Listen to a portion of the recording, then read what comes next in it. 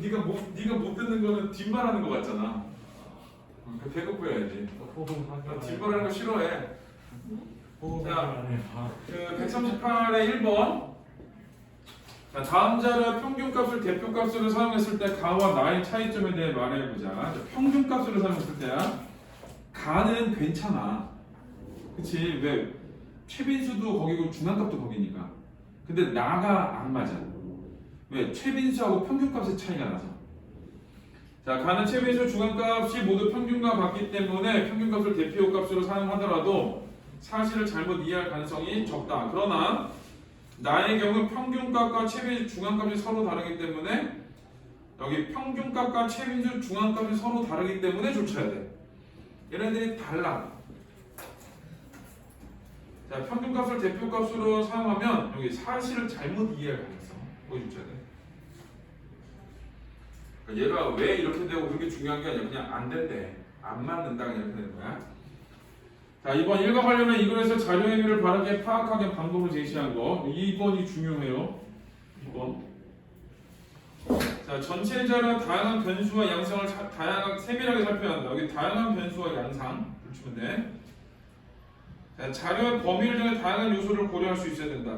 범위를 정해서 다양한 요소.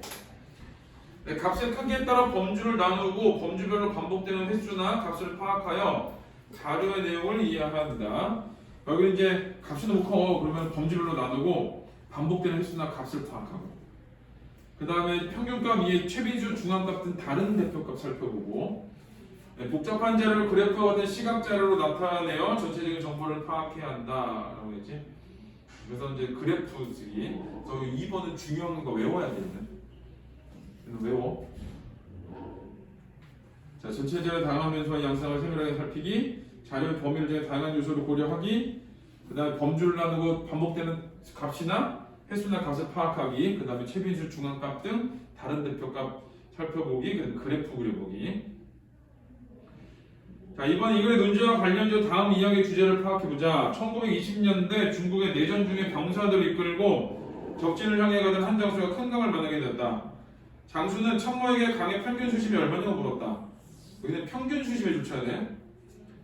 자, 참모는 평균 수심이 1.4m라고 대답했다. 답변을 들은 장수는 평균 수심 1.4m이고 병사들의 평균 키가 1.65m이므로 걸어서 행군이 가능하다고 판단하고 진격을 명했다. 단적으로 10cm짜리도 있을 거 아니야.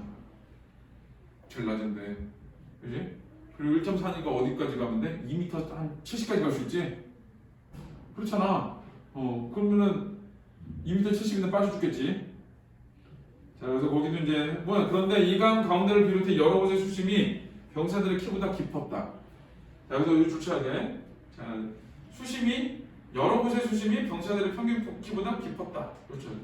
평균을 중시하고 평균보다 우리 군사들 키가 크구나 라고 생각해서 건넜는데 군사들보다 높은 데가 더 깊은 데가 더 많은 거야.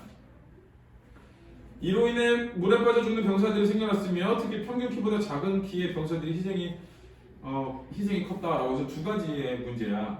평균 수심으로 계산할 때 문제가 생긴 거 하나랑 그 다음에 그 평균 키보다 작은 병사들의 많이 죽은 거 하나랑. 그러니까 평균이 두 가지로 나온 거. 수심이 평균으로 나왔고 병사들의 키가 그 평균으로 나왔거든. 자, 둘 다 문제가 된 거야. 자, 평균만을 고려하여 대상의 특성을 획일적으로 파악하면 안 되고 여기 줄쳐야 돼요. 대상의 다양한 특성과 요소를 살펴. 거기 줄쳐야 돼. 대상의 다양한 특성과 요소를 살펴. 그 말이 계속 나와. 대상의 여기 다양한 특성과 요소. 자, 3번은 사회의 특성 및 사회현상의 특성 및 사회적 요구가 신념인데 이글에서 필자가 문제 삼는 사회현상이 무엇인지 파악해보자. 사회현상은 전체 자료의 다양한 변수와 양상을 고려하지 않고 평균을 대표값으로 사용하여 여기 이제 사회현상이야. 평균을 대표값 써서 사실을 부정확하게 전달. 자, 거기 주시면 돼. 평균을 대표값으로 사용하여 사실을 부정확하게 전달. 자, 2번. 이 글의 제목인 평균의 시대가 가고 있다는 데는 사회적 요구가 무엇인지 생각해보자. 사회적 요구가 평균으로 맞지 않는다. 사회는 다양하다 그런 건데 현대사회는 점점 더 다양한 변수들에 의해 다변화되는 양상을 보이고 있으므로 여기 다양한 변수들의 다변화 줄쳐야 돼. 평균값을 이용하기에 적절한 상황과 적절하지 않은 상황을 파악하고 여기도 줄쳐야 돼. 평균값을 이용하기에 적절한 상황과 적절하지 않은 상황 파악. 아까도 다양한 변수와 양상을 고려해서 평균을 대표값으로 사용할 것인지에 대한 여부를 고려를 해야 돼. 서윤아? 소윤아? 자, 그걸 고려를 해야 돼. 전체 자료를 세분화해 이해하고 분석하는 태도. 그러니까 아까 했던 거야. 다양한 변수와 양상을 파악해서 평균값을 대표값으로 사용할지 여부를 판단해서 전체 자료를 세분화하고 이해해야 된다. 이거 과정의 작가. 자, 이 글의 내용 중 통계는 거짓말을 하지 않는다고 본에 담겨있는 필자의 생각을 파악해보자. 자, 오늘 통계 자체가 잘못한 게 아니라 자, 뒤에 줄쳐야 돼. 평균이 대표값으로 유용하지 않은 경우에까지 평균값을 사용하는 것이 잘못 이런 뜻이야. 그러니까 숫자는 거짓말을 하지 않아. 대신에 그걸 이제 어떻게 보고 해석하고 판단하고 해석하느냐에 문제가 있는 거예요. 여기서는 이제 뭘 고려하는 거냐? 평균을 고려하는 거예요. 평균. 그러니까 평균으로 했을 때는 정확하게 파악이 되지 않는다에 대해서. 자, 4번은 다음 글에 드러나는 사회 현상과 그것의 사회 문화적 맥락을 비판적으로 이해해보자. 근로자 평균 소득 329만 원, 중위소득 241만 원과 큰 차이 되지. 자, 임금 근로자 2015년 월 평균 소득은 329만 원으로 중위소득 241만 원과 큰 차이를 보였다. 20일 통계청이 발표한 임금 근로 일자리별 소득 분포 분석에 따르면 2015년 임금 근로자 약 1,500만 개 일자리 월 평균 소득은 329만 원으로 중위소득 241만 원보다 88만 원 높았다. 평균 소득은 근로자의 총소득을 근로자의 수로 나눈 것인 반면 중위소득은 총소득을 총각으로 소득순위를 매겼을 때 한가대에 위치한 가구의 소득이다. 굳이 따지면 중위소득은 뭐야? 중앙값. 자, 중위소득 50% 이상부터 150% 미만이 120만 5천 원에서 361만 5천 원까지 임금을 받는 근로자가 전체의 52.4%를 차지했으며 120만 5천 원 이하는 13.4%였다. 그렇지? 그래서 소득 순으로 순위맥에서 한가운데가 중앙값이야. 자, 중위소득에 비해서 근로자들의 어떤 평균 소득이 훨씬 높다는 거. 그러니까 평균 소득과 그러니까 평균값과 중앙값이 안 맞는 거야. 자, 평균 소득으로 근로자 전체의 소득 수준을 파악하면 안 되는 이유를 생각해 보자. 평균 소득은 연봉이 높은 사람과 연봉이 낮은 사람의 소득 차이를 보여주지 못하므로 전체 소득 수준을 왜곡할 수 있기 때문이다. 그래서 전체 소득 수준을 왜곡한대. 그러니까 누군가는 엄청 많이 버는데 누군가는 많이 못 벌거든. 그런 거를 보는 거야. 자, 이번은 평균 소득과 중위 소득의 격차가 크다는 점이 시사하는 사회 현상을 파악하고 그 현상의 원인 및 현상이 초래할 결과 등 사회 문화적 맥락을 조사해 발표해보자. 그래서 사회 현상은 중위소득에 비해 평균 소득이 크게 높은 것은 이제 사회 현상이거든. 자, 거기 소득 양극화가 심화됐다. 거기 붙여야 되고. 자, 현상의 원인 및 현상이 초래한 결과는 소득 양극화의 원인 중 하나로 계층에 따른 교육과 정보, 기회의 불평등이 꼽힌다. 그래서 여기 계층에 따른 교육과 정보, 기회의 불평등. 자, 거기 이제 원인이야. 원인. 소득 양극화의 원인이고 그 뒤는 소득 양극화의 결과거든.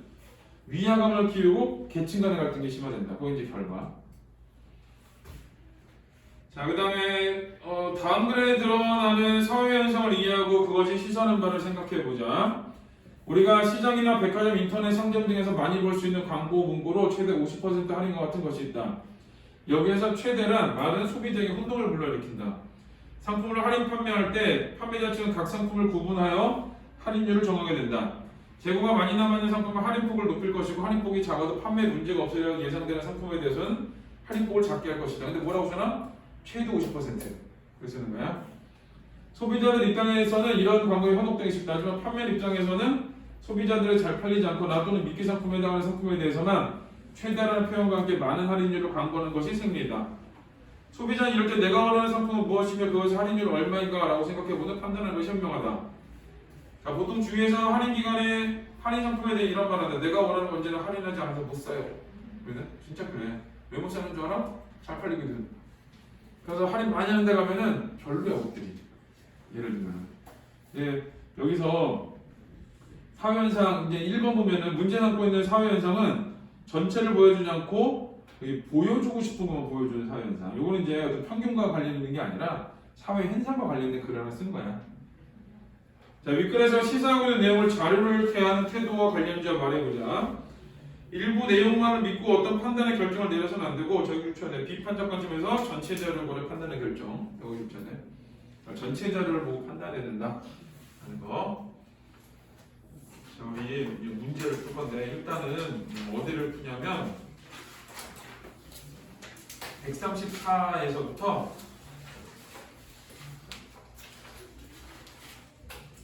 141까지를 일단 풀어. 너 누구 한 개씩 받아? 현준이는 내일 어떻게 전해주지?